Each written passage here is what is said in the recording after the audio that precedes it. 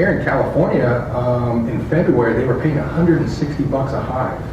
And they needed 1 million hives to pollinate all the almond trees out in California. It's the largest producer in the world. And since all this almond stuff is with your good heart and diet and all this other kind of stuff, almond milk and everything they're coming out with now, they were paying $160 million just to rent bees for 7 weeks. You get the bees back. And what was so crazy, they were so short of bees this year in the U.S. that they were bringing them on barges from Australia across the ocean. I mean, you get 10,000 hives and you load them up on a barge and bring them across at $160 a pop. You got some major money for 7 weeks. I grow vegetables and flowers, not anywhere near the extent you just talked about. Where do the bees come from that pollinate my gardens? Probably from other beekeepers. There's a lot of amateur beekeepers here in Georgia. And the national, state, Department of Ags, everybody else is trying to promote it.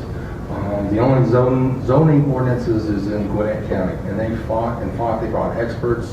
Dr. Delaplane came in from UGA to fight them on that and everything else. And you have to be zoned agricultural in that county, and only that county in Georgia, to be able to keep bees. There's actually a lady down here in Buckhead that has them in the high rise. She's got 2 beehives on her back porch, like the 15, 16 story up. When I work bees, these bees right here, I pay $100 a queen for them, and I get them from Hawaii.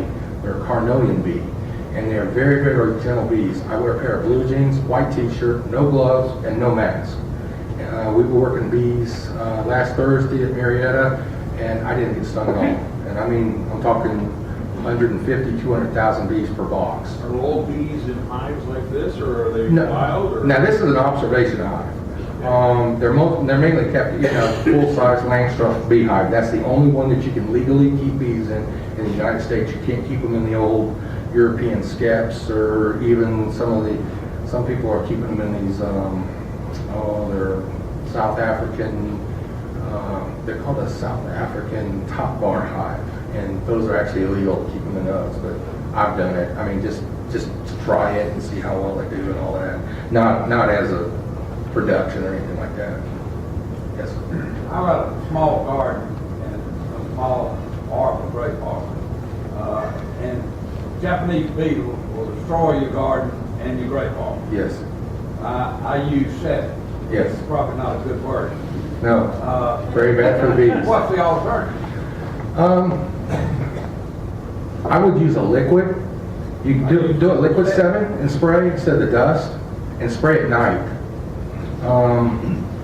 That way, a lot of your over-the-counter poisons will dissipate within 24 hours. I've talked to several chemists about this, and they tell me that a lot of times that the compounds and stuff, they're not as strong, and they won't last for like weeks at a time when you spray.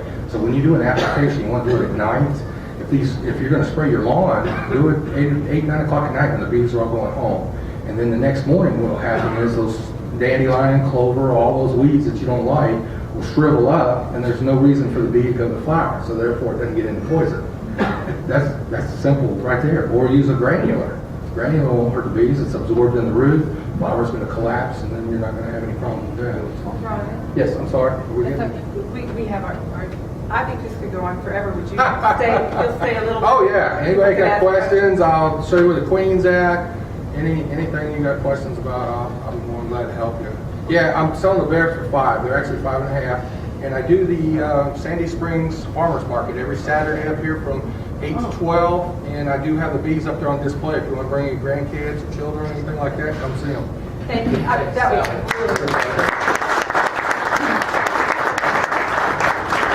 It's with all the buzz.